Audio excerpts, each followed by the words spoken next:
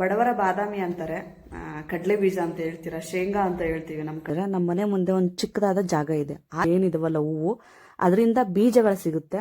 ಮುಂದೆ ನಾವು ಬೀಜವನ್ನ ಹಾಕ್ಬಿಟ್ಟು ನೀರುಳ್ಳಿನ ಬೆಳಿಬಹುದು. ಸೊ ಇಲ್ಲಿ ನೋಡ್ಬೋದು, ನೀರುಳ್ಳಿ ಪಕ್ಕದಲ್ಲಿ ಪಾಲಕ್ ಸೊಪ್ಪಿದೆ, ಎಷ್ಟು ಫ್ರೆಶ್ ಆಗಿದೆ.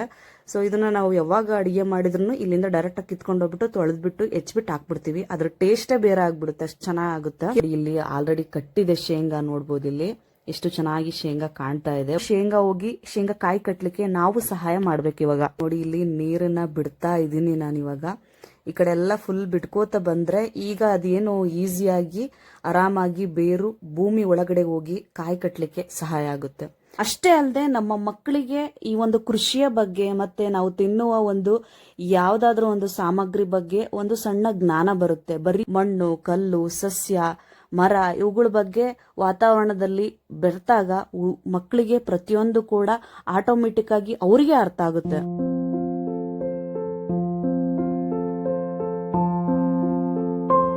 ಎಲ್ಲ ನನ್ನ ಸ್ನೇಹಿತರಿಗೂ ನಮಸ್ಕಾರ. ಎಲ್ಲರೂ ಹೇಗಿದ್ದೀರಾ? ಎಲ್ಲರೂ ಚೆನ್ನಾಗಿದ್ದೀರಾ ಅಂತ ಭಾವಿಸ್ತಾ, ಸ್ನೇಹಿತರೆ, ಬಡವರ ಬಾದಾಮಿ ಅಂತಾರೆ, ಕಡಲೆ ಬೀಜ ಅಂತ ಹೇಳ್ತೀರಾ, ಶೇಂಗಾ ಅಂತ ಹೇಳ್ತೀವಿ ನಮ್ಮ ಕಡೆ ಎಲ್ಲ. ಆಮೇಲೆ ಒಂದೊಂದು ಕಡೆ ಒಂದೊಂದು ಹೆಸರು ಕರೀತಾರೆ. ಬಟ್ ಕಡಲೆ ಬೀಜ, ಶೇಂಗಾ ಅನ್ನೋದೇ ಜಾಸ್ತಿ ಕರೆಯೋದು. ಬಟ್ ಇದನ್ನ ಬಡವರು ಬಾದಾಮಿ ಅಂತ ಕರೀತಾರೆ. ಬಾದಾಮಿ ತುಂಬ ರೇಟು ಅಂತ ಹೇಳ್ತಾರೆ. ಹಂಗಾಗಿ ಶೇಂಗಾ ಬೀಜ ತಿನ್ನಬೇಕು, ಆರೋಗ್ಯಕ್ಕೆ ಒಳ್ಳೆಯದು, ಎಲ್ಲ ಥರದ ಪೋಷಕಾಂಶಗಳು ಸಿಗ್ತವೆ ಬಾಡಿಗೆ ಅನ್ನೋ ಒಂದು ಕಾನ್ಸೆಪ್ಟ್ ಇಂದ ತಿನ್ನಿ ಅಂತ ಹೇಳ್ತೀವಿ. ಅದಕ್ಕೆ ನಾವು ಏನ್ ಐಡಿಯಾ ಮಾಡಿದೀವಿ ಅಂದ್ರೆ, ನಮ್ಮ ಮನೆ ಮುಂದೆ ಒಂದು ಚಿಕ್ಕದಾದ ಜಾಗ ಇದೆ. ಆ ಜಾಗದಲ್ಲಿ ಏನೆಲ್ಲ ಬೆಳೆಯೋಕ್ಕಾಗುತ್ತೆ ಅದರಲ್ಲೂ ಸ್ವಲ್ಪ ಶೇಂಗಾನ ಜಾಸ್ತಿನೇ ಹಾಕಿದೀವಿ. ಇಲ್ಲೇನ್ ನೋಡ್ತಾ ಇದ್ರಲ್ಲ, ಇದು ನಮ್ಮ ಮನೆ ಮುಂದ್ಗಡೆ ಇರುವಂತಹ ಒಂದು ಪುಟ್ಟದಾದಂತಹ ಜಾಗ. ಏನೆಲ್ಲ ಹಾಕಿದೀವಿ ಅಂತ ತೋರಿಸ್ತಾ ಹೋಗ್ತೀವಿ. ಇದೇನ್ ನೋಡ್ತಾ ಇದ್ರಲ್ಲ, ಇದು ನೀರುಳ್ಳಿ. ಸೊ ಮನೆಯಲ್ಲಿ ಬರ್ತಕ್ಕಂಥ ತಗೋತೀವಲ್ಲ ಏನೆಲ್ಲ ನೀರುಳ್ಳಿಯನ್ನ, ಅದು ಯಾವಾಗ ಪುಟ್ಟು ನೀರುಳ್ಳಿ ಸಿಗ್ತಾವಲ್ಲ ಅವನ್ನ ನಾವು ತಗೊಂಬಂದು ನಮ್ಮ ಮುಂದ್ಗಡೆ ಈ ತರ ಸಿಗಿಸ್ತೀವಿ. ಸೊ ಸಿಗಿಸೋದ್ರಿಂದ ನಮಗೆ ದೊಡ್ಡ ಗೆಡ್ಡೆನೂ ಸಿಗುತ್ತೆ, ಮತ್ತೆ ನಮಗೆ ಇಲ್ಲಿ ನೋಡಿ ಇವೇನಿದಾವಲ್ಲ ಹೂವು, ಅದರಿಂದ ಬೀಜಗಳು ಸಿಗುತ್ತೆ. ಮುಂದೆ ನಾವು ಬೀಜವನ್ನ ಹಾಕ್ಬಿಟ್ಟು ನೀರುಳ್ಳಿನ ಬೆಳಿಬಹುದು. ಸೊ ನಾವು ಮಾರ್ಕೆಟ್ ಇಂದ ಯಾವಾಗ ನೀರುಳ್ಳಿ ತಂದ್ರೂ ಅಲ್ಲೇನಾದ್ರೂ ಅದರಲ್ಲಿ ಮಿಸ್ ಆಗಿ ಒಂದ್ ಪುಟ್ ನೀರುಳ್ಳಿ ಬಂದಿತ್ತು ಅಂದ್ರೆ ಆ ನೀರುಳ್ಳಿನ ನಮ್ಮ ಮನೆ ಮುಂದ್ಗಡೆ ಇರುವಂತಹ ಪುಟ್ಟದಾದ ಜಾಗದಲ್ಲಿ ಸಿಗಿಸ್ತೀವಿ. ಸೊ ಇಲ್ಲಿ ನಾವು ನೀರು ಹಿಡಿಯೋದ್ರಿಂದ ನಾವು ನೀರು ಹಾಕೋದು ಇಲ್ಲ, ಅದರೊಟ್ಟಿಗೆ ಅದೇ ನೀರು ಹರ್ಕೊಂಡು ಹೋಗುತ್ತೆ, ನೀರು ಕೂಡ ಇಲ್ಲೇ ಪೂರೈಕೆ ಆಗ್ಬಿಡುತ್ತೆ. ಹಾಗಾಗಿ ನಮ್ಮ ಮನೆಗೆ ಬೇಕಾಗಿರುವಂತಹ ನೀರುಳ್ಳಿನೂ ಕೂಡ ನಾವು ಮನೆಯಲ್ಲೇ ಬೆಳ್ಕೋತೀವಿ.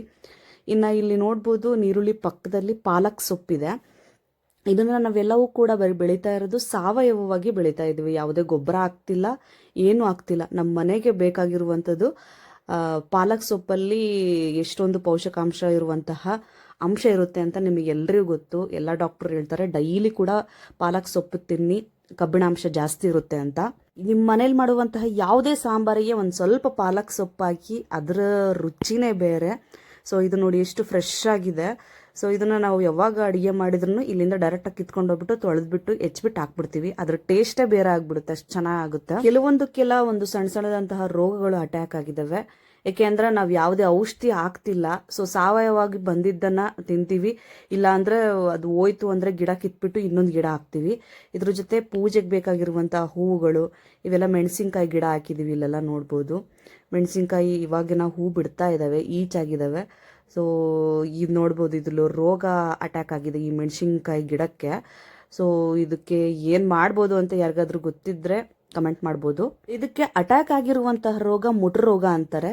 ಸೊ ಈ ಮುಟ್ರು ರೋಗಕ್ಕೆ ಸಾವಯವವಾಗಿ ಯಾವ ರೀತಿಯಾದ ಪರಿಹಾರ ಮಾಡ್ಬೋದು ಅನ್ನೋದು ಯಾರಿಗಾದ್ರೂ ಗೊತ್ತಿದ್ರೆ ಕಮೆಂಟ್ ಮಾಡ್ಬೋದು. ದೇವ್ರ ಪೂಜೆಗೆ ಅಂತ ಪ್ರತಿಯೊಬ್ಬರು ಮನೆ ಮುಂದ್ಗಡೆ ಒಂದ್ ಚಿಕ್ಕದಾಗಿ ಈ ತರ ಒಂದ್ ಗಿಡ ಹಾಕೊಂಡಿರ್ತಾರೆ, ಸದಾಪುಷ್ಪ. ಇದು ಇಲ್ಲಿ ಸೇವಂತಿಗೆ ಹೂವನ್ನ ಹಾಕಿದೀವಿ.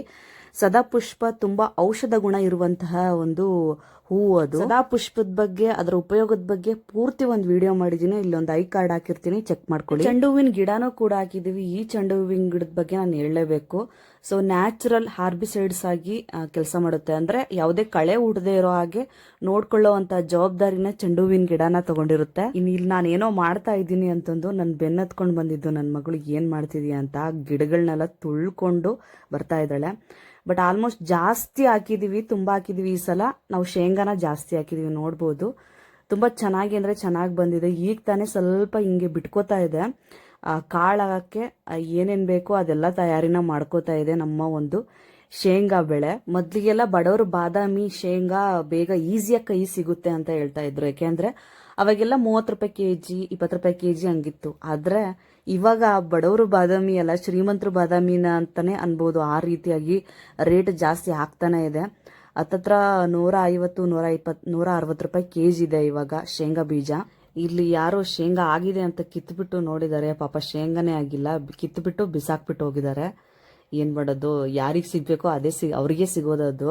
ನೋಡಿ ಇಲ್ಲಿ ಆಲ್ರೆಡಿ ಕಟ್ಟಿದೆ ಶೇಂಗಾ, ನೋಡ್ಬೋದು ಇಲ್ಲಿ ಎಷ್ಟು ಚೆನ್ನಾಗಿ ಶೇಂಗಾ ಕಾಣ್ತಾ ಇದೆ. ಬಟ್ ಇದನ್ನು ಬಲಿಬೇಕು, ಇನ್ನು ಇವಾಗ ತಾನೆ ಒಳಗಡೆ ಕಾಳು ಆಗ್ತಾ ಇದೆ. ಪದೇ ಪದೇ ಎತ್ತಿ ನೋಡೋದು ಅಂತವೆಲ್ಲ ಮಾಡಬಾರ್ದು. ಬಟ್ ನಾನು ನಿಮಗೆ ತೋರಿಸ್ಬೇಕು ಅಂತ ಈ ತರ ವಿಡಿಯೋ ಮಾಡ್ತಾ ಇದ್ದೀನಿ. ಆಲ್ಮೋಸ್ಟ್ ಆಲ್ ಗಿಡಗಳು ಹೂವಾಗಿದಾವೆ, ಮತ್ತೆ ಅದ್ರ ಜೊತೆ ಕಾಯಿ ಕಟ್ಕೊಳ್ಳೋಕೆ ಏನೇನೆಲ್ಲ ಆಗ್ಬೇಕು ಅದೆಲ್ಲದನ್ನು ಕೂಡ ತಯಾರಿ ಮಾಡ್ಕೋತಾ ಇದೆ. ಅದು ಈಗ ನಮ್ಮ ಕೆಲಸ ಏನು ಅಂತ ಅಂದ್ರೆ ಇದಕ್ಕೆ ಸ್ವಲ್ಪ ನೀರು ಜಾಸ್ತಿ ಬಿಡಬೇಕು ಇವಾಗ. ಏಕೆಂದ್ರೆ ಭೂಮಿ ಒಳಗಡೆ ಹೋಗಿ ಶೇಂಗಾ ಬಿಡ್ತಾ ಇರೋದ್ರಿಂದ ಬೇರು ಒಳಗಡೆ ಹೋಗ್ಲಿಕ್ಕೆ ನಾವು ದಾರಿ ಮಾಡ್ಕೊಡ್ಬೇಕು. ಹಂಗಾಗಿ ಮಣ್ಣನ್ನ ಹಸಿ ಮಾಡಿದ್ರೆ ಮಣ್ಣು ಸಡಿಲ್ಗಳುತ್ತೆ. ಹಂಗಾಗಿ ಅದು ಈಸಿಯಾಗಿ ಶೇಂಗಾ ಹೋಗಿ ಶೇಂಗಾ ಕಾಯಿ ಕಟ್ಲಿಕ್ಕೆ ನಾವು ಸಹಾಯ ಮಾಡ್ಬೇಕು. ಇವಾಗ ಶೇಂಗಾ ಚೆನ್ನಾಗಿ ಕೈಗೆ ಸಿಗ್ಬೇಕು ಅಂದ್ರೆ ಕೆಲವೊಂದು ಕೆಲಸನೇ ಮಾಡ್ಲೇಬೇಕು. ಹಂಗಾಗಿ ನೋಡಿ ಇಲ್ಲಿ ನೀರನ್ನ ಬಿಡ್ತಾ ಇದ್ದೀನಿ ನಾನಿವಾಗ. ಈ ಕಡೆ ಎಲ್ಲ ಫುಲ್ ಬಿಟ್ಕೋತ ಬಂದ್ರೆ ಈಗ ಅದೇನು ಈಸಿಯಾಗಿ ಆರಾಮಾಗಿ ಬೇರು ಭೂಮಿ ಒಳಗಡೆ ಹೋಗಿ ಕಾಯಿ ಕಟ್ಟಲಿಕ್ಕೆ ಸಹಾಯ ಆಗುತ್ತೆ. ಆಮೇಲೆ ಆರಾಮಾಗಿ ಕುತ್ಕೊಂಡು ತಿನ್ಬಹುದು. ಅದಕ್ಕೆ ನಮ್ಮ ಒಂದು ಹಿರಿಯರು ಹೇಳಿರೋದು, ಕೈ ಕೆಸರಾದ್ರೆ ಬಾಯಿ ಮೊಸರು ಅಂತ. ಅಲ್ಲಿ ನನ್ನ ಮಗಳು ಒಂದು ಸಣ್ಣ ಪುಟ್ಟದಾದ JCB ತಗೊಂಡ್ಬಿಟ್ಟು ಮಣ್ಣೇರ್ತಾ ಇದ್ದಾಳೆ ಶೇಂಗಾ ಗಿಡಕ್ಕೆ. ಇದನ್ನೆಲ್ಲ ನಾನು ಯಾಕೆ ತೋರಿಸ್ತಾ ಇದ್ದೀನಿ ಅಂತ ಅಂದ್ರೆ, ನಿಮ್ಮ ಮನೆ ಮುಂದ್ಗಡೆ ಒಂದಿಷ್ಟು ಜಾಗ ಅಂತ ಇದ್ರೆ ನಿಮಗೆ ಏನ್ ಬೇಕೋ ಅದನ್ನ ಈಸಿಯಾಗಿ ಹಾಕೊಳ್ಳಿ. ಎಲ್ಲವನ್ನೂ ಕೂಡ ದುಡ್ಡು ಕೊಟ್ಟು ತಗೊಳ್ಳೋ ಅವಶ್ಯಕತೆ ಇರೋದಿಲ್ಲ. ಯಾಕೆಂದ್ರೆ ನೀವು ಬೆಳೆದಿರೋದು ನೀವು ತಿಂತಾ ಇದ್ದೀರ ಅಂದ್ರೆ ಅದ್ರ ಖುಷಿನೇ ಬೇರೆ ಇರುತ್ತೆ. ಈ ಶೇಂಗಾ ಹಾಕೋಕ್ಕಿಂತ ಮುಂಚೆ ನಾವು ಇದಕ್ಕೆ ಹೆಸರು ಕಾಳು ಹಾಕಿದ್ವಿ. ಹತ್ತತ್ರ ನಮಗೆ 2 kg ಆಗುವಷ್ಟು ಹೆಸರು ಕಾಳು ಬಂದಿದೆ. ಸೊ ಹೆಸರು ಕಾಳು ಆದ್ಮೇಲೆ ಈ ಶೇಂಗಾ ಹಾಕಿರೋದು. ಹೆಸರು ಕಾಳು ಹಾಕೋಕ್ಕಿಂತ ಮುಂಚೆ ಇದ್ರ ತುಂಬಾ ಫುಲ್ ನೀರುಳ್ಳಿ ಹಾಕಿದ್ವಿ. ನೀರುಳ್ಳಿನೂ ಕೂಡ ಹತ್ತತ್ರ ಒಂದು 10 kg ಅಷ್ಟು ನೀರುಳ್ಳಿ ಬಂದಿತ್ತು ನಮ್ಮ ಮನೆಗಾಗುವಷ್ಟು. ಸೊ ಅದು ಇಷ್ಟಿಷ್ಟು ಪುಟ್ಟದಾಗೆ ಬೆಳ್ಕೊಳ್ಳೋದ್ರಿಂದ ಸಣ್ಣ ಸಣ್ಣ ಸೇವಿಂಗ್ಸ್ ಆಗುತ್ತೆ. ಮತ್ತೆ ನಾವ್ ಏನ್ ಬೆಳೆದಿರ್ತೀವಿ, ಸಾವಯವವಾಗಿ ಬೆಳೆದಿರ್ತೀವಿ, ನಮ್ಮ ಆರೋಗ್ಯ ನಮ್ಮ ಕೈಯಲ್ಲೇ ಇರುತ್ತೆ. ಅಷ್ಟೇ ಅಲ್ಲದೆ ನಮ್ಮ ಮಕ್ಕಳಿಗೆ ಈ ಒಂದು ಕೃಷಿಯ ಬಗ್ಗೆ ಮತ್ತೆ ನಾವು ತಿನ್ನುವ ಒಂದು ಯಾವ್ದಾದ್ರೂ ಒಂದು ಸಾಮಗ್ರಿ ಬಗ್ಗೆ ಒಂದು ಸಣ್ಣ ಜ್ಞಾನ ಬರುತ್ತೆ. ಬರೀ ಬುಕ್ಕು ಆಮೇಲೆ ಓದೋದು ಸ್ಪೋರ್ಟ್ಸು ಅಷ್ಟೇ ಅಲ್ಲ, ಕೃಷಿಯ ಬಗ್ಗೆನೂ ಕೂಡ ನಮ್ಮ ಮಕ್ಕಳಿಗೆ ಒಂದೊಂದು ಮಾಹಿತಿನ ಹೇಳ್ಬೇಕಾಗುತ್ತೆ. ಮಣ್ಣು, ಕಲ್ಲು, ಸಸ್ಯ, ಮರ ಇವುಗಳ ಬಗ್ಗೆ ವಾತಾವರಣದಲ್ಲಿ ಬೆರೆತಾಗ ಮಕ್ಕಳಿಗೆ ಪ್ರತಿಯೊಂದು ಕೂಡ ಆಟೋಮೆಟಿಕ್ ಆಗಿ ಅವರಿಗೆ ಅರ್ಥ ಆಗುತ್ತೆ. ಮಕ್ಕಳನ್ನ ತುಂಬಾ ಸಾಫ್ಟ್ ಆಗಿ ಬೆಳೆಸ್ತಾ ಹೋದ್ರೆ ಅವರಿಗೆ ರೋಗ ರುಜಿನಗಳು ಜಾಸ್ತಿ ಬರೋದು ತುಂಬಾ ನೋಡಿದೀವಿ ನಾವು. ಹಾಗಾಗಿ ಮಕ್ಕಳನ್ನ ಎಷ್ಟಾಗುತ್ತೋ ಅಷ್ಟು ಬಿಸಿಲು, ಕಲ್ಲು, ಮಣ್ಣು, ಸಸ್ಯ, ಧೂಳು ಇಂಥವೆಲ್ಲದರಲ್ಲೂ ಅಡ್ಡಾಡ್ಲಿ, ಏನು ತೊಂದರೆ ಇಲ್ಲ. ಹಂಗಂತ ಅಲ್ಲೇ ಬಿಡಬೇಕು ಅಂತ ಹೇಳ್ತಿಲ್ಲ.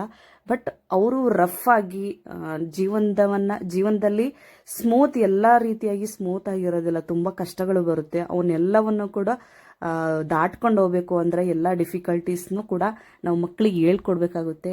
ಹೇಳ್ಕೊಡೋದಷ್ಟೇ ಅಲ್ಲ, ಅವ್ರು ಏನ್ ಮಾಡ್ತಾರೆ ಮಾಡಕ್ ಬಿಟ್ಬಿಡ್ಬೇಕು. ಅವಾಗ ಅವರಿಗೆ ಎಲ್ಲವೂ ಕೂಡ ಅರ್ಥ ಆಗ್ತಾ ಹೋಗುತ್ತೆ. ಇದಿಷ್ಟು ನಮ್ಮ ಮನೆ ಮುಂದ್ಗಡೆ ಏನೇನೆಲ್ಲ ಗಿಡಗಳನ್ನ ಹಾಕಿದೀವಿ, ಏನೇನೆಲ್ಲ ಬೆಳೆದಿದೀವಿ ಅನ್ನೋ ಒಂದು ಮಾಹಿತಿ ಆಗಿತ್ತು. ನಿಮಗೆ ಈ ಥರ ಮಾಡಿರೋದು ನಿಮಗೆ ಇಷ್ಟ ಆಗಿದೆ ಅನ್ಕೋತೀನಿ. ಇಷ್ಟ ಆಗಿದ್ರೆ ಲೈಕ್ ಮಾಡಿ, ಶೇರ್ ಮಾಡಿ, ಕಮೆಂಟ್ ಮಾಡಿ. ನಿಮ್ಮ ಮನೆಯ ಜಾಗ ಇದ್ರೆ ಈ ಥರ ಮಾಡ್ಕೊಳ್ಳಿ ಅಂತ ಹೇಳ್ತಾ ಮುಂದೆ ಒಂದು ಒಳ್ಳೆಯ ವಿಡಿಯೋ ಜೊತೆ ಸಿಗ್ತೀರಿ ಸ್ನೇಹಿತರೆ. ಅಲ್ಲಿವರೆಗೂ ಟೇಕ್ ಕೇರ್, ಬಾಯ್, ನಮಸ್ಕಾರ.